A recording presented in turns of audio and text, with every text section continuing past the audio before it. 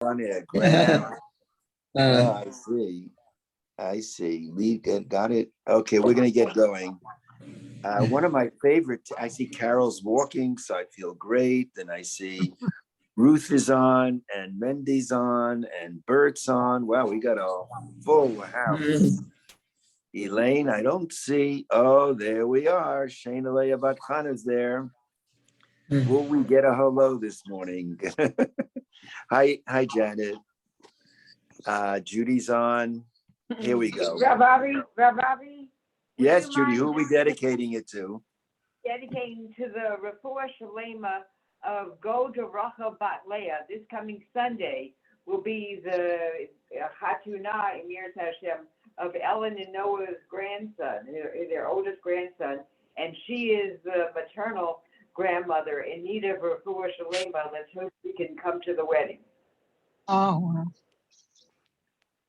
And just this morning, my niece, Ellen and Noah's daughter, and her family live in Eretz Yisrael. She just arrived with her children, so she's coming for the wedding. And her husband, he's on business in where they used to live in Singapore. He's due to come tomorrow. Amazing.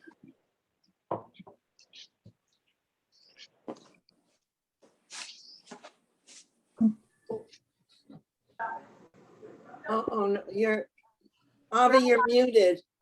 Hi, everyone. It's Shuli. Can you hear me? Yes. Yeah. Okay, I'm just going to intercede for a moment before the rabbi starts. I wanted to call, I'm sorry you can't see me. I'm on a different computer and the camera doesn't work. I wanted to let you know, actually, to Ruby's question, kind of, that she asked before, Rabbi Stephen's nanny tested positive. So he's actually going to be teaching by Zoom on Thursday. He gave me permission to share this with you. So anyway, the class is going to be on Zoom on Thursday. So you don't really need to be, it's hard to weigh the options. This time the decision is made for you. So he hopes to see everyone who can join on Thursday regardless by Zoom. Okay, sorry. Rabbi, take it away. Also, by the way, I'm gonna mute most people so that there's no echo, and you can always unmute yourself if you want to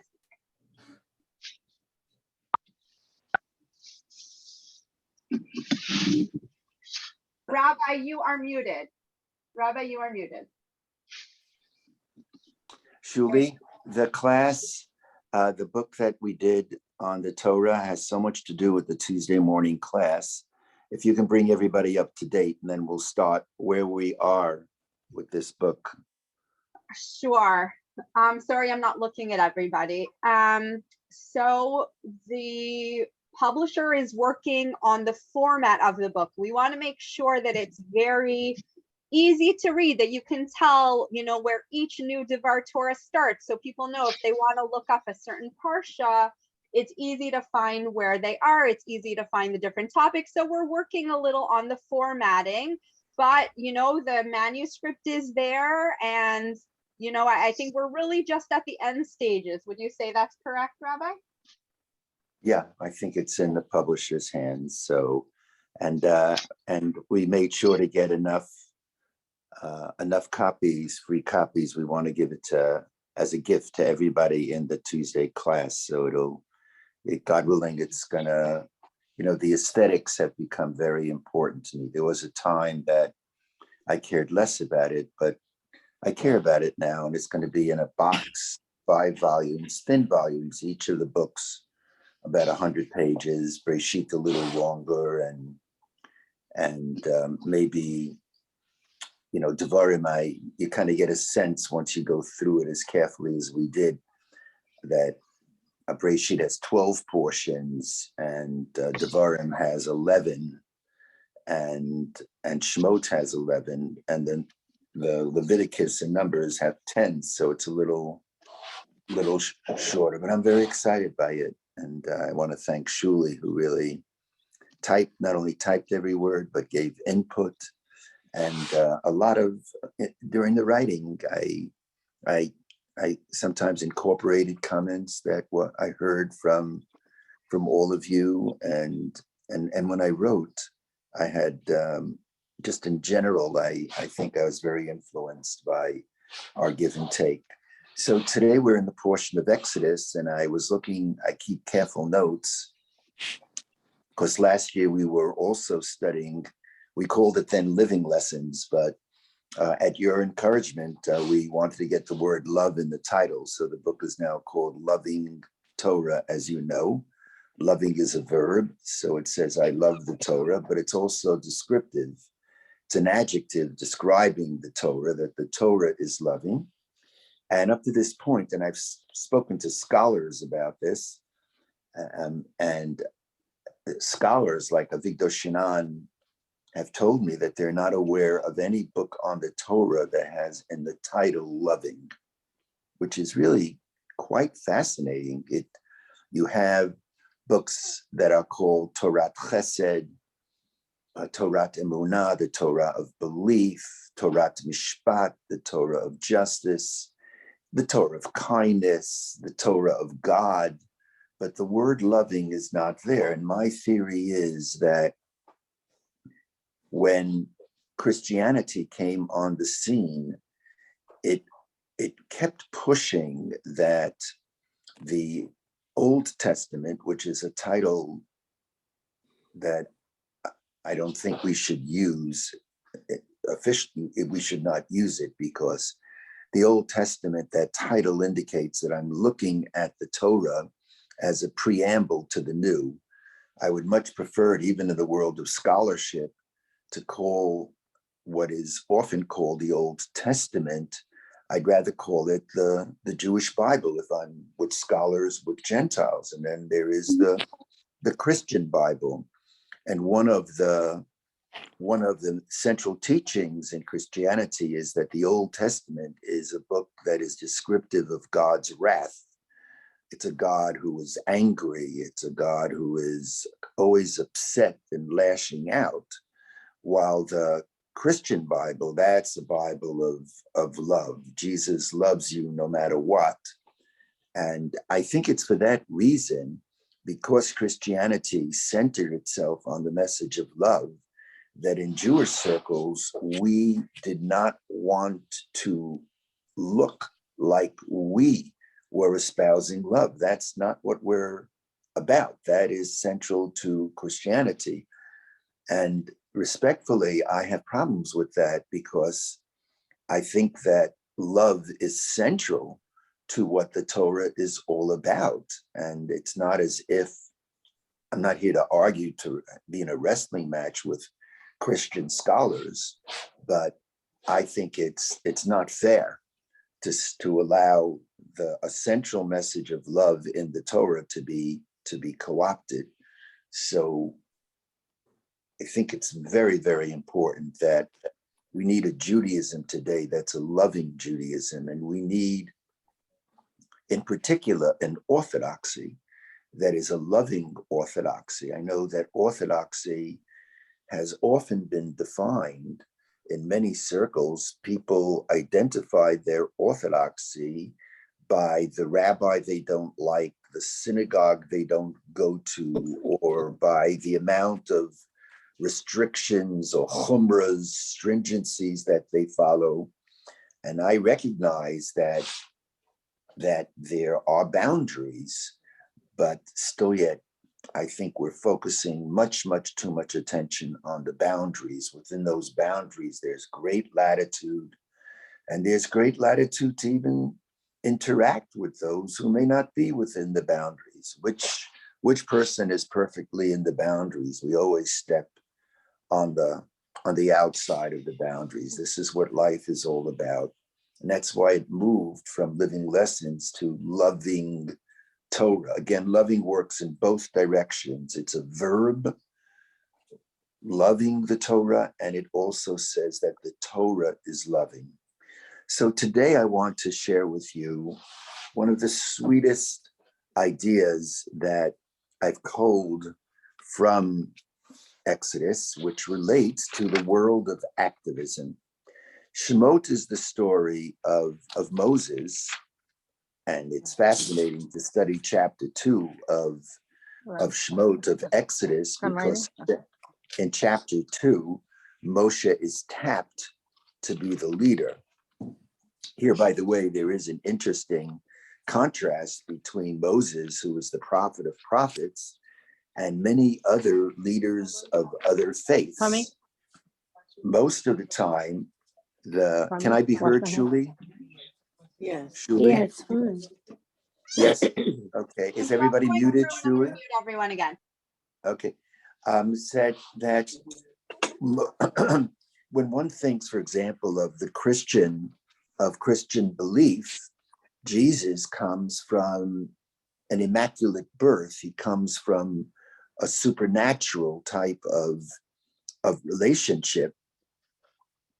And if we look into the Torah, that's not what occurs. Moshe comes from the most modest places. In chapter 2, the text says, Vayelech ish mi bet Levi, vayikach et bat Levi, a man from the house of Levi went, and he took the daughter of Levi. We don't even know the names. We don't know the names of the father and mother of Moses. They're anonymous, which is it's quite fascinating. And then it says, Vatara isha vateled ben, and the woman became pregnant. And there is an emphasis that Moses is born from a human, intimate relationship. He's born from a human encounter between his mother and father. So there's a very natural, modest birth of Moshe. It's not sort of an extraterritorial. It's not a heavenly. It's not like someone who's coming from the heavens. I remember in the early years of the Shul, Ruby, I don't know if you remember, I gave 2 talks on Superman, and I was a little bit out of it, but speak to Richie. Richie always reminds me of this. And I try to argue that Superman, I think everyone can watch it, but that a little bit it was a takeoff of the Christian idea of Jesus. Jesus is a man God, Superman. Superman was a little bit man, a little bit super. And where does he come from? He comes from another planet. He's coming from a supernatural birth. And I took it very, very far. And I think that's the only Torah. Ask Richie, do me a favor, Ruby, and next week report back. I believe that Richie will remember those divrei Torah. So in this portion, we all know the story. And when Moses, just jumping ahead, is in Midian and he's married, God appears to him in the burning bush. And he says to Moses, Moses, I want you to go to Pharaoh and tell the Jews and tell Pharaoh, let my people go. Shalach et ami. And Moses, on 5 different occasions in chapter 3 and chapter 4, will not go through them, for 5 different reasons says, no, I don't want it. Now think about politicians on the American scene who are considering running for the presidency. How many, if they're offered to run for the presidency, say, no, I don't want it? Not only say it once, but twice and 3 times, 5 times. Moshe says, it's not for me. I can't talk. I study. Who am I? I don't know anything. Pharaoh won't listen to me. He just on and on. And finally, God says, come on, I need you to do this. So Moses says, yes. And in chapter 4, the text is full of Moses appearing in front of the elders. And he says to the elders, they talk to the elders, and at the end of chapter 4, Vayaged Moshe li'Aaron et kol divrei Adonai asher shlacho. Moses, of course, meets Aaron. He's very concerned about Aaron because Moses knows the history of his family, and he knows that in the book of Genesis, there was always sibling rivalry. So Moses, one of the reasons he said it's not for me is he said Aaron is older. He deserves preferential treatment. It's unbelievable. God says, don't worry, Aaron will help you. He'll be your speaker. Moses, you won't speak, he'll speak. Moses, you'll be the leader. Although again, anecdotally, or tangentially, it's fascinating that by the end of the Torah, the Moses who said he couldn't speak does all the talking in the book of Deuteronomy. In Shemot Eretnish, he doesn't speak. In Devarim, he doesn't know how to be quiet. He goes on and on and on. He's talking. By the way, the biblical scholars look at that and say, oh, that's proof that there are two editors to the Torah. How could it be that Moses can't talk and suddenly he can talk? Well, it must be that Exodus was written by editor one, and the book of Deuteronomy was written by another editor. And I argue that I hear what you're saying, but there's another argument. And the other argument is it's written by one editor. And one of the messages of Moses is that while he couldn't talk, and this was a great disability, he worked on himself and he became an extraordinary speaker. I think it says something about leadership, a recognition of limitation, working on limits and prevailing. And in fact, he becomes a superb speaker. Ela hadvarim asher diber Moshe. But we're now at the point where God says, okay, Moses, I hear your hesitancy. Aaron will do the talking. Moses says, but I think Aaron should do everything. And I'm worried how Aaron's going to feel. Maybe he'll be jealous that I'm participating. God says, don't worry. When Aaron will see you, v'ro'acha v'samach b'libo, will be happy. And indeed, that's exactly what happens. And now, so Moses and Aaron, because Moses was in Midian, he meets Aaron on the way, and he brings Aaron into the leadership, and now they're in Egypt. Vayelech Moshe v'Aaron. If you happen to have the Bible, it's chapter 4, sentence 29. Moses and Aaron went. Vayasfu et kol ziknei b'nei Yisrael. And they gathered all the elders of the Jewish people. Vayidaber Aaron et kol hadvarim asher diber Adonai el Moshe. Now they have a very clear understanding of their roles. So Aaron is the speaker. He speaks all of that which God spoke to Moses. Vayas ha'otot le'inei ha'am. And he does all of the miracles in front of the elders to convince them. You're familiar with the miracles. A little water turns into blood, and on. The staff turns into a serpent for a moment. All of these supernatural things. And he says to them, God has told us to go to Pharaoh to demand shalach et ami, and vayamen ha'am. And here it says that not only because up to this point, the Torah had only told us that they gathered the elders of Israel. Now suddenly there's a deflection. It says vayamen ha'am, and the people believed. It sounds like first they convinced the elders, and then they did the signs in front of the people. This is now the masses who would perhaps be more influenced by these miraculous signs, and the people believed. Vayishma'u ki forkad Adonai et b'nei Yisrael. And they listened and understood that the Lord remembered the children of Israel. That word forkad reminds us when Sarah finally gives birth to Isaac. It's a term of the memory of a promise which seems to be in the long past, not fulfilled. Sarah finally has a child. Forkad, it could have said Zochar. And they hear that the Lord has remembered the children of Israel after all their years in Egyptian bondage. V'chi ra'ah et anyam, and the Lord saw their affliction. Vayikdu, and they prostrated themselves. Vayishtachavu, and they bowed down. So all seems good. Moses and Aaron and the people, they're marching to Pharaoh. We're seeing demonstrations in the streets like we see on TV these days.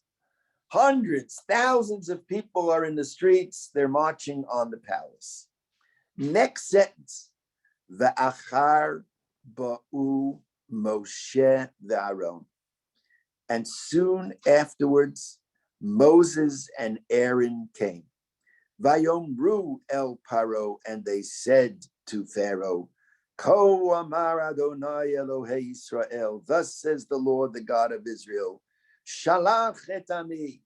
Let my people go. And that became the clarion call of the Soviet Jewry movement. Shalach et ami. Even for those who rejected God, Jews, holy Jews, wonderful Jews, for whom religiosity and observance, they were very distant from it.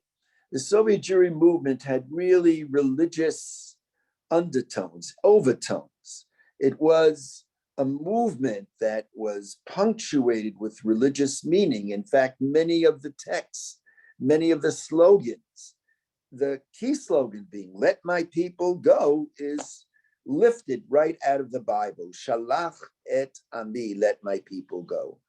And so Moses and Aaron come before Pharaoh, and they say, this is what the God of Israel says, send my people out. Now I want to read Rashi, and I've told you many times that Rashi in the 12th century is my favorite commentary.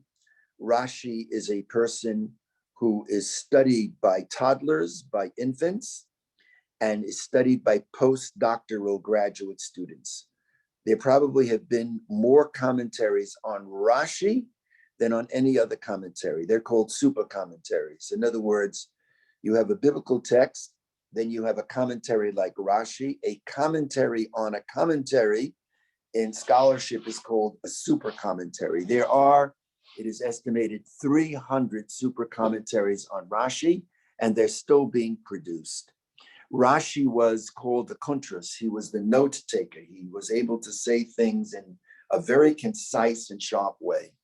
I want to read you what he says. Ve'achar ba'u Moshe v'Aaron.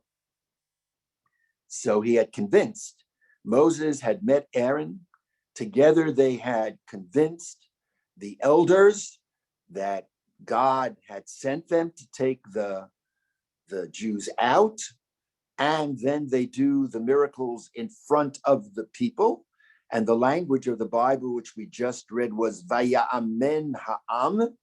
And the people said, Amen. What does Amen mean? We concur. When we say Amen, we are saying we agree. Everyone's agreeing. Everyone's marching on the palace. So Rashi immediately notes that when they arrive, it says, and afterwards Moses and Aaron came. And so Rashi asks, Avol Haskenim, but the elders, and for that matter, the people, where were they? Followed closely. The careful student of the Bible notices that there was a buildup, and the buildup was that Moses brings Aaron into the plan. The both then bring the elders, because they're the leaders, and then all of the people. And the text says that everybody was on board. And it gives the impression everyone is on board and they're marching together to the palace. But when they arrive at the gates of the White House, it doesn't say, and afterwards the people came to the gates of the palace. That's not what it says. It doesn't even say that Moses and Aaron and the elders came to the gates. All it says is, the Achar Ba'u Moshe v'Aaron. Two people, just Moses and Aaron came. So Rashi says, well, where were the elders, let alone where were the people? And he says, Aval Haskenim Nishmetu Echad Echad. Where were the elders at this point? It says Rashi, they had accompanied Moses and Aaron on the way to Pharaoh, but they were gradually overcome by fear of the king. And one by one, they dropped out until none of them were present. Avol haskenim nishmitu echad echad me'achar Moshe v'Aaron. They dropped off. First, all those stragglers, they dropped, and then whoever was left was in the back became the stragglers. They drop off one by one. Ad shenishmetu kulam, until all of them dropped out. Kodem shehigiu lefaltin lefi sheyaru lo lechet. He continues, but it's a powerful, powerful point. And it really speaks to, I think, the way change, a call for change takes place. It's often believed that when one sees discrimination, that the call for change comes from the mainstream. It comes from the center of the people. I'd like to argue that that's not the way change occurs. That's not the way, let me say it this way, revolution occurs. The word revolution is not a bad word, as long as what you're tearing down breaking up. is I am breaking I up. might stop the class. He's breaking up. I hear him fine. Okay, as I do. long as the You're on fine. Yes, I hear Okay. it.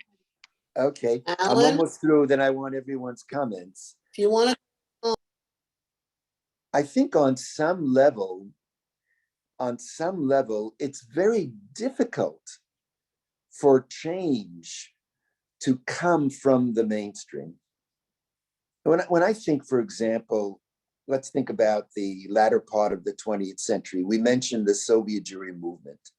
The movement to free Soviet Jewry is one of the great historical movements of Jewish freedom that has ever happened in all of the happenings of the Jewish people. We've lived through that with all of the challenges that we faced.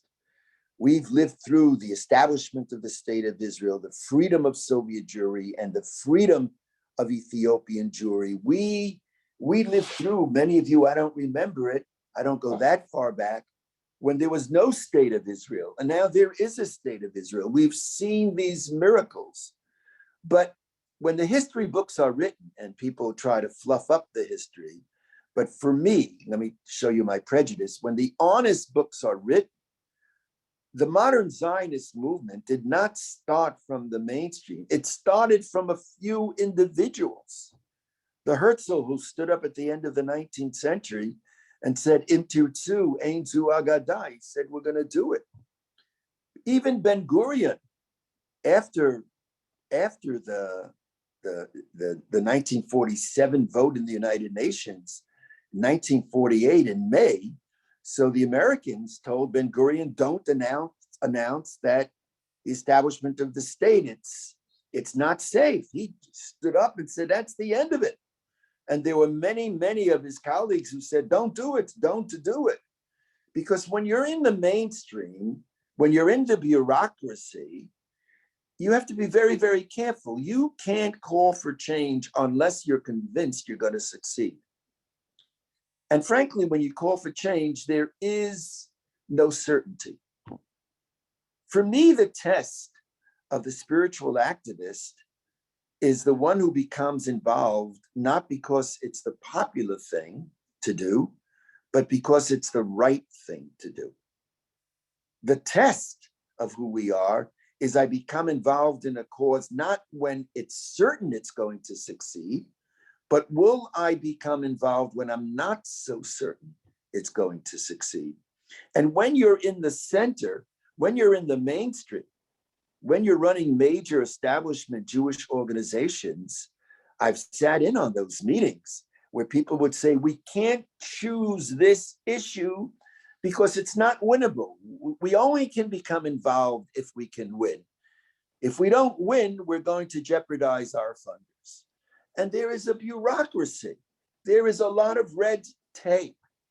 And the machinery of the organization, not that it's bad, machinery has its positives, but no one can do everything. No organization can do everything. And that's why movements, revolutions begin on the fringe. Think about the coming into being of Judaism. Abraham, the first Jew, Sarah, the first Jewish woman, Abraham, the first Jewish man, they called out, there is one God. No one else believed. It was a very lonely call. The word Hebrew really means lonely. It's Avram HaIvri. What does Ivri mean? So the rabbis play with it. Ivri comes from the word Aver, which means on the bank of the river. And the way the rabbis say it, Kol ha'olam be'ever echad, the whole world was on one side, and Avram and Sarah, they alone were on the other side. It took a lot to stand up.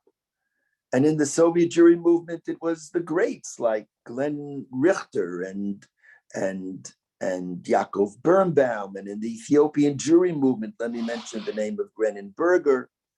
And here too, I think, is the classic message that yes, Moses and Aaron convinced everyone to march with them, but it was too difficult. People resist change, and that's not what happened. They resisted the change. And so who comes? Moses and Aaron. They come alone. That's why I think one can argue they were rebuffed initially by Pharaoh. Pharaoh said, what, 2 people are coming? That's not what it's all about. When we think, by the way, think, for example, of the civil rights movement, a very noble movement of Dr. King. When he went down south and was arrested and he wrote his letters from prison, he wasn't only writing to his white clergy brothers and sisters, or colleagues, if there were sisters then, all the way back. It's a long time ago. He was writing to many of his Black brothers and sisters. Many within the Black community told him, you're a troublemaker. What are you doing? This is not for us. So I would argue, and this is something I've written about and discussed in the past, real calls for change do not come initially from the center. They come from the fringe because people resist change. It's not a bad thing. This is human nature. And it requires some people on the side to say, no, Shalach et ami, the Glens and the Yaakovs, let my people go, let my people go. And even though a lot of people today, because there has been histories of the Soviet Jewry movement that have been written, and they're trying to co-opt it and say, oh, we were all involved. When you look at the historical facts and you study them, it's not the case. It's not the case. And the American government needed convincing. In the book that I wrote on the Soviet Jewry movement, I still remember the page 82, I quote tapes. You know, Nixon always kept tapes, as you all know. There's a tape of a conversation that he had with Kissinger and Golda Meir. And Golda Meir tried to convince the Americans to become involved in the Soviet Jewry movement. And then she left the Oval Office. Golda left the Oval Office. And at that point, Kissinger is quoted on tape and say, look, she's the leader of Israel, but we're not a Jewish nation. This is not what we are. Maybe it's a humanitarian issue. This is a quote. I've quoted it so often I know it by heart. It's not an American issue. It's a humanitarian issue. And he says, now, Shuli, maybe you have it there on page 82. I don't have the book in front of me, but it's on page 82 if you can find it at the top of the page, Shuli. He is quoted as saying, and if they took the Jews to the gas chambers, we would feel bad, but it's not our issue. The Americans, we can make out that the Americans, look, without American soldiers liberating the camps and being part of D-Day, it wouldn't have happened. But for a long time, we all know that Roosevelt, whom my bubby called Rosenberg, not Roosevelt was not good on these issues. It took David Wyman, a Christian, to write The American Abandonment of the Jews. There's a lot to that. America was very slow to become involved. America was very slow to become involved in the Soviet Jewry movement. And and Jews and Jewish organizations, they were not in that movement for a long time. For a long time, it was V'achar Ba'u Moshe v'Aaron. I want to add one more point, and I'm stopping. And that is the following, that leadership is, there is an historical truth that it comes from the few who, yeah, do you want to read it? Do you have it, Julie? Yeah, Rabbi, I got it. this Okay, is let me, a quote from Okay. the tape, correct? yeah, it's at the top of page 82. Yeah. The I got the emigration of book. Jews from the Soviet Union is not an objective of American foreign policy. And if they put Jews in gas But chambers in the Julie, Soviet go Union, back a little further. Read it from the beginning of the paragraph. You get the we context. now know definitively what we suspected then. Henry Kissinger was no great friend of the Soviet Jewry movement. In December 2010, the New York Times reported a conversation between Kissinger and Nixon that took place on March 1st, 1973, immediately after Israeli Prime Minister Golda Meir visited the Oval Office to ask Nixon and Kissinger to intervene on behalf of Soviet Jewry.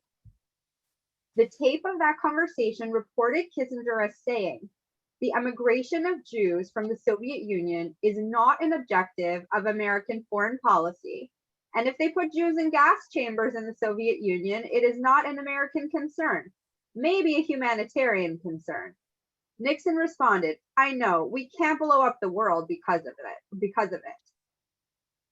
Just another 2 sentences because it's a cute 2 more sentences. All of this reinforced what I heard years earlier from my parents, who had friends who knew Kissinger's parents. "We have great honor from our son," Kissinger's parents said, "but little nachas." I still remember my father saying that they knew Kissinger's parents. Apparently they lived in Washington Heights. And they used to say, "We have a lot of honor from our son, but little nachas." This is the reality. And if you were to go down, and we don't have to read it, there's a discussion of, the Jackson-Vanik Amendment was such an important amendment because that linked freedom of the Jews to American trade. Right before Jackson was going to get it passed in the Senate, there were major leaders of American Jewish organizations who showed up in Jackson's office and asked him to withdraw the amendment. It's quite something. Do you want to read it at the bottom of that page, Julie? Bottom of 82? I just put the book back, but I can go get it. Okay, anyway, it's there. Rabbi, I have it. I can read it. Rabbi Weiss, Okay. I have it. Okay, Okay. Beth will read it. Okay, to some degree, such tactics worked. Is that where you want me to take it from? I don't know. Particularly, it's at the bottom of page 82. Okay, go ahead. To some degree, such tactics worked. A particularly low point in establishment behavior came toward the end of 1973, when President's Conference head Jacob Stein, NCSJ leader Richard Mass, and World Zionist Organization head Charlotte Jacobson urged Senator Jackson to withdraw the amendment. The Israeli newspaper Maariv quoted Jackson as telling the small delegation, quote, "Even if you have decided to sacrifice the fate of Soviet Jewry, I will not sacrifice Andrei Sakharov and others who have placed their trust in me." Just the next paragraph, one more paragraph. Ms. Jacobson later insisted that the delegation was only lobbying to delay the amendment. Quote, "We wanted to discuss with him," Jackson, as a good friend of Israel, "a timetable for the various matters on which we needed congressional support. In this context, we thought delaying the entire bill would do no harm, since it will mean that the USSR would not get its, quote, favored nation status, unquote." Just a few more sentences. Sure.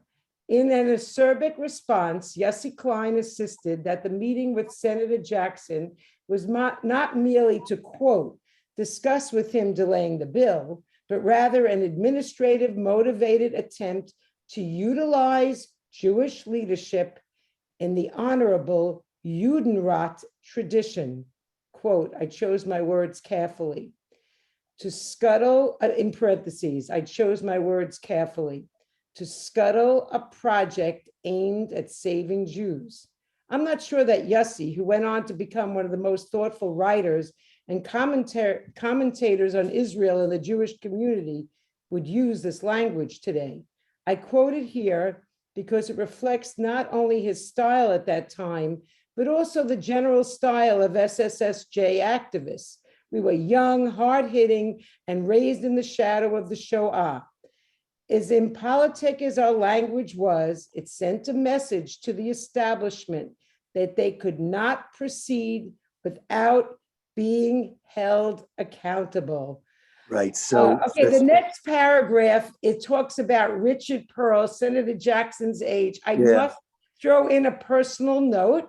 In 1972, my husband, who was then my boyfriend, and I were called upon with a group of college Jewish kids to campaign for Senator Jackson in Miami Beach, Florida, in the primaries because they knew that they wanted the Jewish vote, and Jackson was our man. So I'm proud to say that I campaigned in 1972 for Jackson for president, and Richard Pearl was there in charge of this group. I just had to throw in that personal note. good. Thank you, Beth.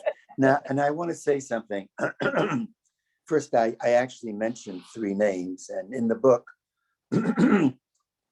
whenever I've written on political activism, I try very hard not to name names, and only did so when it was very, very public, when these meetings were public. When it wasn't, I just didn't feel it was necessary to mention any names. I know all of these 3 people. I came to know them, and they're wonderful people, and they care very, very deeply and cared about the Jewish people. These are not, there was a time I was anti-establishment. I didn't think much of them. As I've grown, maybe I'm non-establishment, I still am, but I recognize they played a very, very important role. But the young Jacob Birnbaums and Glenn Richters, Shlomo Riskin, Yitz Greenberg, these were the rabbis. They were involved very early, way before me. They deserve credit too. I don't think the establishment understands. I think we understand the role the establishment played. I don't think it's the other way around. So I want to just close with this and get your comments, that leadership in pushing for change begins on the fringe, like Moses and Aaron. They were the only ones who showed up at the palace.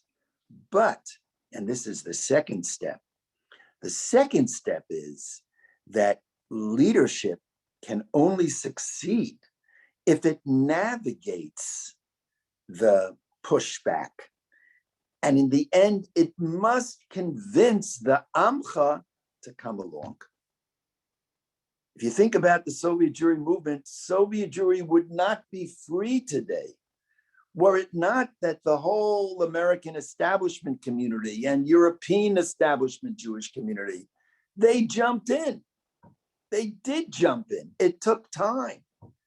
Had they not jumped in, it wouldn't have happened. And this may really bother you a great deal, but even the Israeli government was not pro the Soviet Jewry movement. Natan Sharansky has written about this. You know, people are talking openly about it, that when Sharansky was sentenced to 9-10 years, to many, many years in the Gulag, there were people in the Israeli government who tried to convince Avital to leave Natan, to separate from him, to divorce him. And when I wrote the book, I said to Avital, you know, you once shared this with me. I want to know if I could write this in the book. And she said to me, I'll never stop you, never ask you to stop writing your conscience.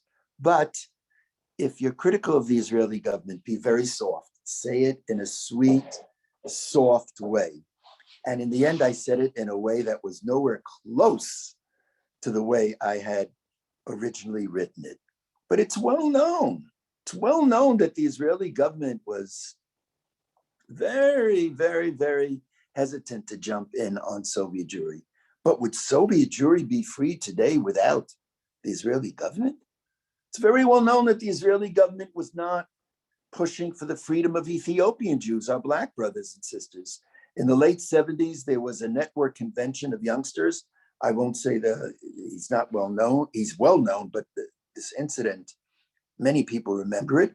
But one of the most important leaders of the Israeli government was in Toronto, speaking to thousands of college students.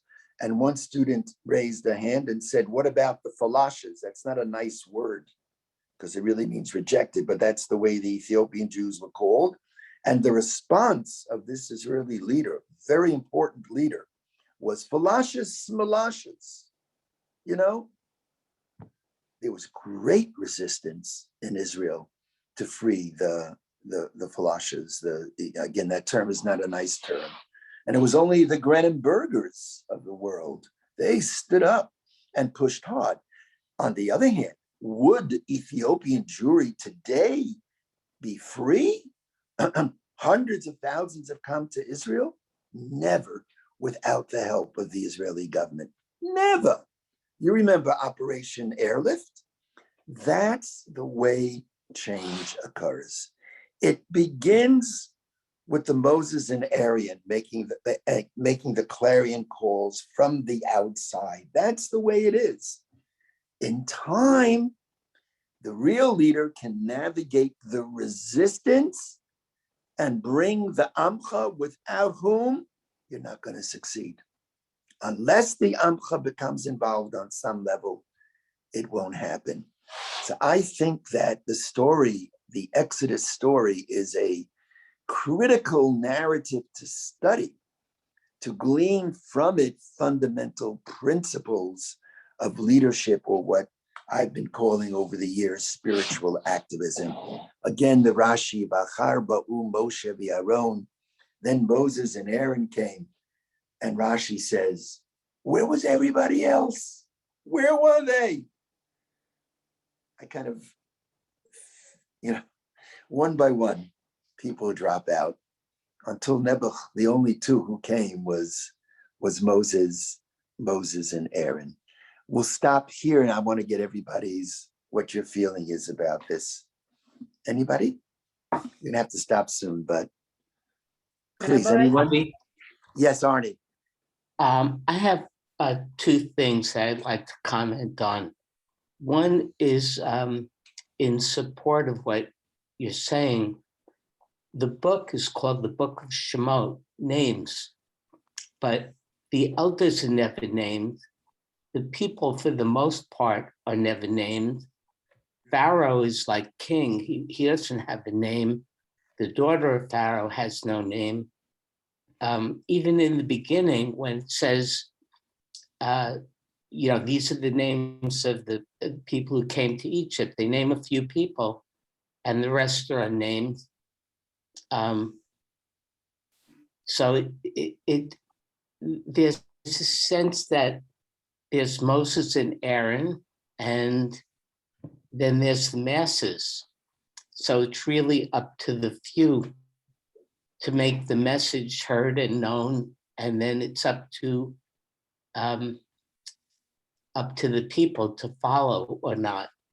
And that leads to my other point, which is that any successful movement that starts from the margins is successful only if it has the imprimatur of a great morality underlying it. Yes. So, for example, in the 20th century, that was I think that was the deciding factor. Something like communism could last a long time, but it was eventually demolished.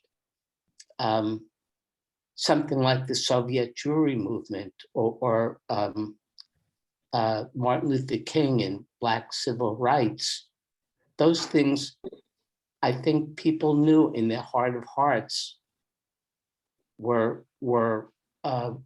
had a higher morality attached to them. And so people in the masses could eventually understand that and get behind it. I love both your comments as usual, Arnie. And you're a student of spiritual activism, Arnie. I love the idea of Shmot. If I could, I would try to insert that in the book, but the publisher won't allow me, I'm pretty sure. But I like that. I like that often change comes from people whose names we don't know. There's a lot of truth to that. My father used to say the Yiddish of anonymous is unanomen. Anonymous is unanomen. And often those are the most important people, the unanomens people. There's a lot of truth to that. And your second point is also so very, very well taken, really beautiful. Yes. Rabbi? Sue, I see Sue's hand. Yes, Sue. Sue, you're on mute.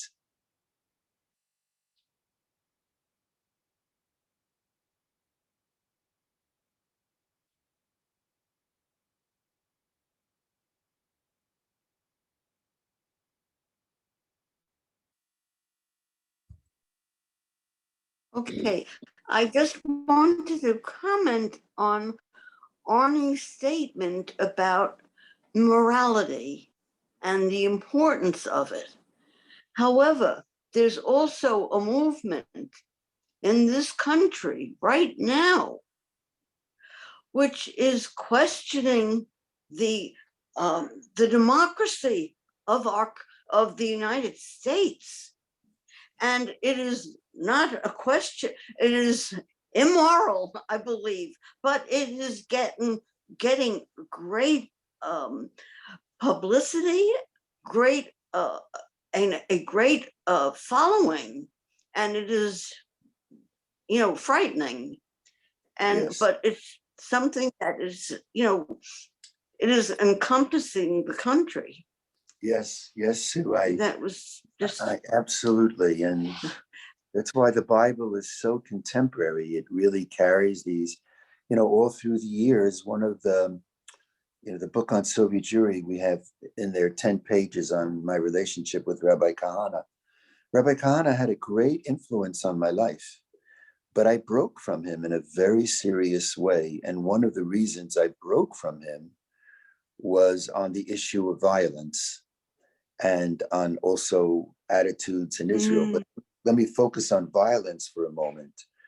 He always said that you needed violence to get into the front pages of the newspapers so that the cause would get the traction it needs, the attention it needs.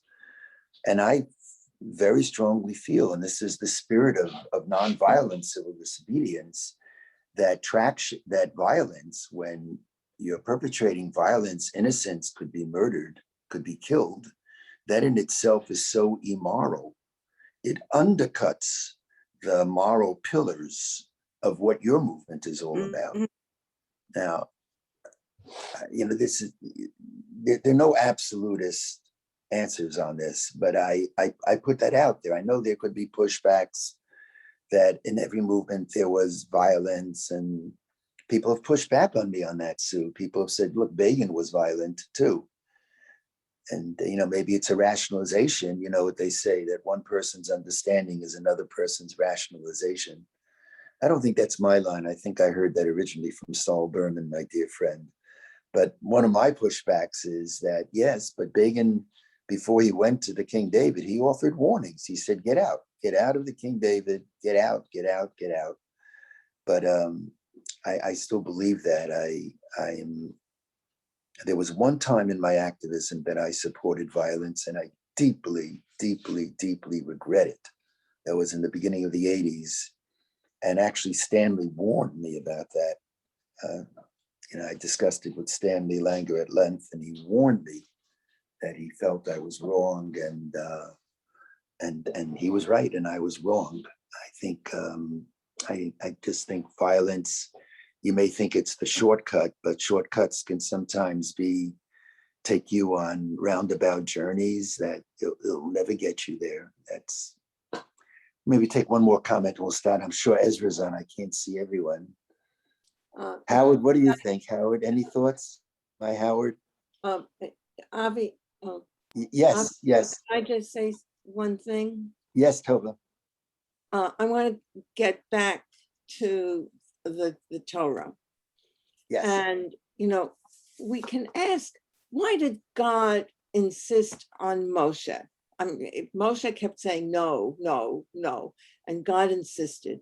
And because it was only Moshe who was a Ben Bayit in the Paro's house. It was only Moshe. He could bring Aaron with him to just talk, but he was the only one who could walk in to talk to Paro. So we see the same thing at Har Sinai. Everybody is there. But when it comes to actually doing it, going up, it was only Moshe. He was the only one who had the guts to go up and to not be afraid of the fire and brimstone and whatever's going on in the came along later, but it was only Moshe that went up, and it was only Moshe who was qualified to go to Paro. yes, yes. Thank you. Howard, you have the last word, Howard. Oh, oh, my last word. Well, Rabbi. For some reason, you're not, Howard, you're not coming through clearly. Hmm. Can you hear me? Yes, when you're close to the mic. Kind of conflicted with this violence as opposed to pacifism, because if I look back at the movement of Dr. Martin Luther King, who preached nonviolence, and it didn't seem to go when he preached nonviolence. Many people thought nothing was changing.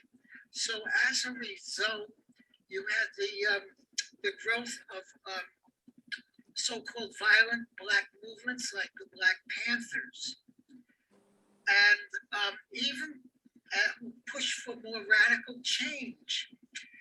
And even today, with the Black movement, they are saying that how long can we wait if there is no change with just nonviolence? And they're saying that that's why we have to protest and protest and protest and show ourselves and be a little bit threatening, because they feel, I think, that is the way to get change. So I'm kind of conflicted. I'm anti-violence, 100%, but I can understand that how long can Black people wait until they get their rights that they are asking for. That's basically the way I feel. I appreciate it, Howard. There's a lot to be said, and I think we're going to stop here. Is Ezra, are you on, Ezra? Yes, I'm here. Hi. Hello. I can't see everybody. How are you, Ezra? I'm wonderful, thank God. It's good to see you. You were learning the Rashi. V'achar ba'u Moshe b'Aaron, v'askenin hechan hayu, nishmetu echad echad. They all dropped out until only Ezra was left. Until only Ezra and Mayan were left. But the whole idea is to bring along maybe next week, Shuli, we'll open up. I think I've shown it to you, that beautiful tape about leadership. Actually, there's a teaching in leadership that the most important people are not the first ones, but it's the ones who come in second. The music festival one? No, it's the tape about the guy who's dancing like crazy. Yeah, it's at a music festival. He's trying to convince. Yeah. He's trying to convince others to join him. Should we watch it? Dancing like I have seen it. Can you get it? Yeah, I have it right here. Yeah. Show it. This is, since we're doing it, I don't want, so Ezra, you'll lead it, but this is a fascinating tape.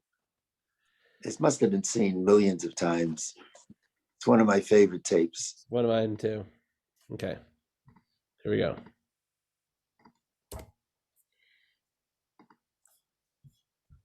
The way you If control you've this. learned a lot about leadership and making a movement, then let's watch a movement happen start to finish in under 3 minutes and dissect some lessons.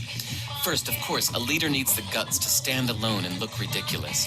But what he's doing is so simple, it's almost instructional. This is key. You must be easy to follow. Now here comes the first follower with a crucial role. He publicly shows everyone else how to follow. Notice how the leader embraces him as an equal.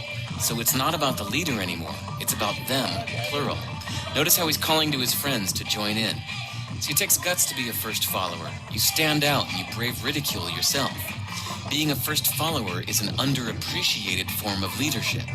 The first follower transforms a lone nut into a leader.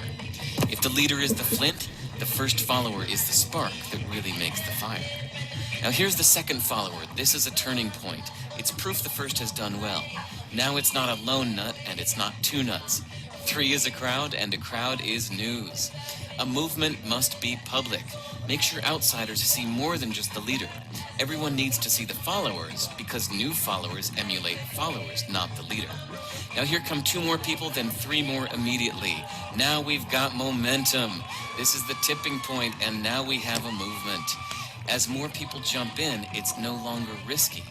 If they were on the fence before, there's no reason not to join in now. They won't stand out, they won't be ridiculed, and they will be part of the in crowd if they hurry. And over the next minute, you'll see the rest who prefer to stay part of the crowd, because eventually they'd be ridiculed for not joining. And ladies and gentlemen, that is how a movement is made.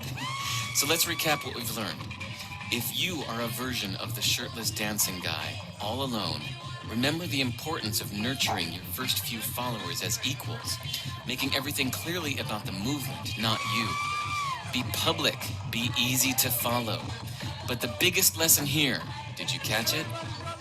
Leadership is overglorified. Yes, it started with the shirtless guy, and he'll get all the credit, but you saw what really happened. It was the first follower that transformed a lone nut into a leader. There's no movement without the first follower. See, we're told that we all need to be leaders, but that would be really ineffective. The best way to make a movement, if you really care, is to courageously follow and show others how to follow. When you find a lone nut doing something great, have the guts to be the first person to stand up and join in.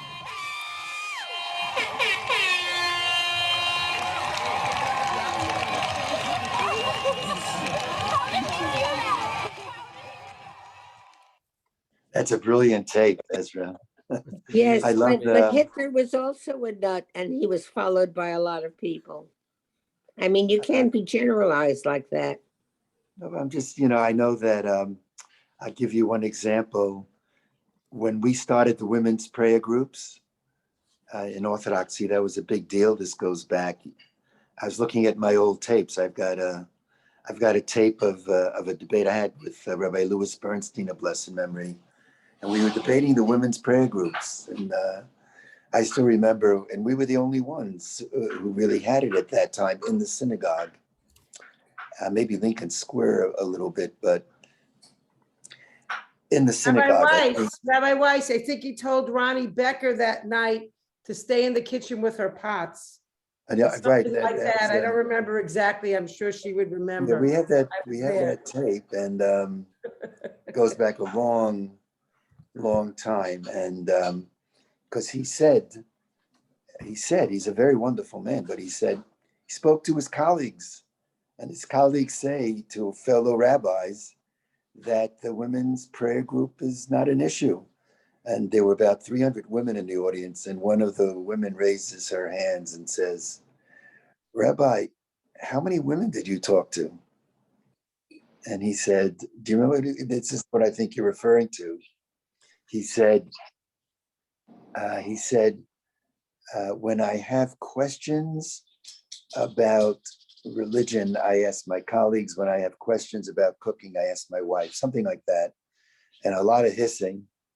And I remember saying at that point, not nice, but I said something like, when I have deep questions about Torah, I ask my Rebbe, Nechama Leibovitz.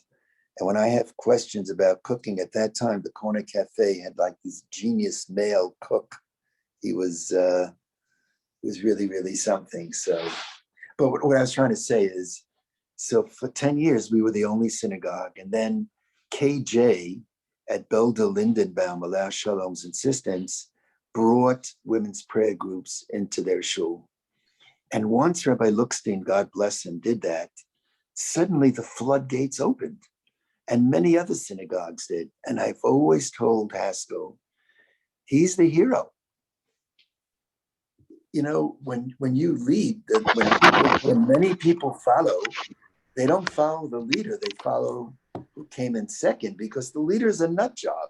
The one who's out there first is sometimes like a lot to talk about. One little Rashi, and we'll stop here. And what about the rabbi situation? You were the first. I was on the shoulders, and it's so beyond me. It's so many people, and give all that credit to Sarah and to David Silber and all of those great people. Be well, everybody. Take care now. Shalom. Ezra, thank you. Thank you. Okay. That was a quick exit on Ravavi's part. I know Thank you. We're a little bit, Ravavi went over a little bit, which is fine. We'll give it a 3 minutes for folks to stretch a little bit or grab a drink or whatever they need to do before we pick up on Danielle. So that way people can just refresh themselves. I'm sorry, Ezra, but when we start class, would you be able to go over a little bit what was discussed last week, since I had to miss it? Sure. We always do a little 2 steps backwards, 3 steps forwards. That's the way we, sometimes 7 steps backwards, 1 step forward. That's the way we roll in my classes. Thank you. They always, when I was a yeshiva bacher, there was always these people who talked about the importance of chazara, which is to return, which is or to review is the term they use for review, and that you could learn all day in yeshiva, but if you never went back to review what you learned, it kind of just like came through you, passed through you, and then you got to the other side, which, on the one hand, maybe is okay. Just the experience of being there and learning and day in, day out.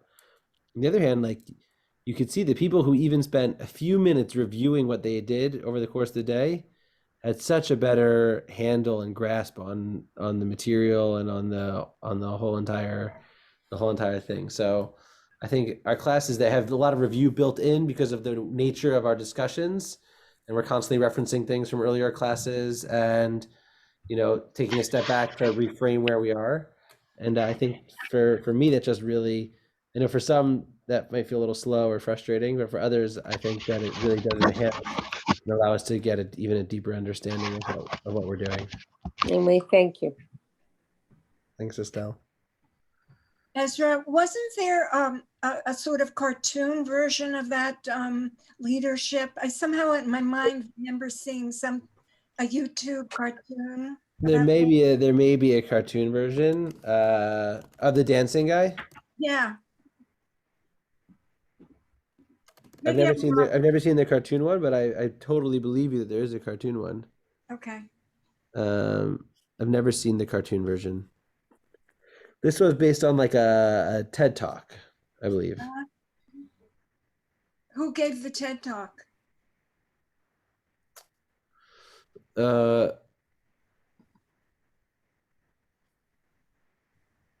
That's such a good question. I guess the person who gave that voiceover. Would you mind emailing me that version? Sure. It's fun, right? Thank you. I think it's fun, and it's fun. The narrator is fun. It's just it's a really, besides being insightful, it's just a lot of fun. I've seen other longer versions of that. You have seen? Yeah, without the narration, just longer versions of the actual event. Oh, you have seen. It is fun though. Yeah. You've seen it in that context of like a leadership thing? Yes, Yeah. yes. I think there's YouTube has a million versions. Well, not a million, but it yeah. has several versions of it. Yeah. Here's the I think the original talk. I'm dropping it all in the chat. I see all over Ted Lasso, a man named Ted Lasso. I don't know if he's the person. No, Ted Lasso is a TV show on Apple. Oh, And he's it's a TV show. that's different than a TED Talk, which are these like 10, 20-minute conversations. Oh, right. No, I'm familiar with that, but I just see It leadership. seems like this person's name is Ted Derek. Lasso leadership lessons. Oh, that's interesting. I don't know about that. This is Derek. His name is Derek Sievers, DerekSivers. I don't know if it's Sivers or Sievers. Oh, by the way, in the last lecture, Graham asked the meaning of Nahas. Was he ever answered? Yes, he was. I answered. Oh, okay. I was just curious. I wrote joy and pride. Do you think that's a good answer?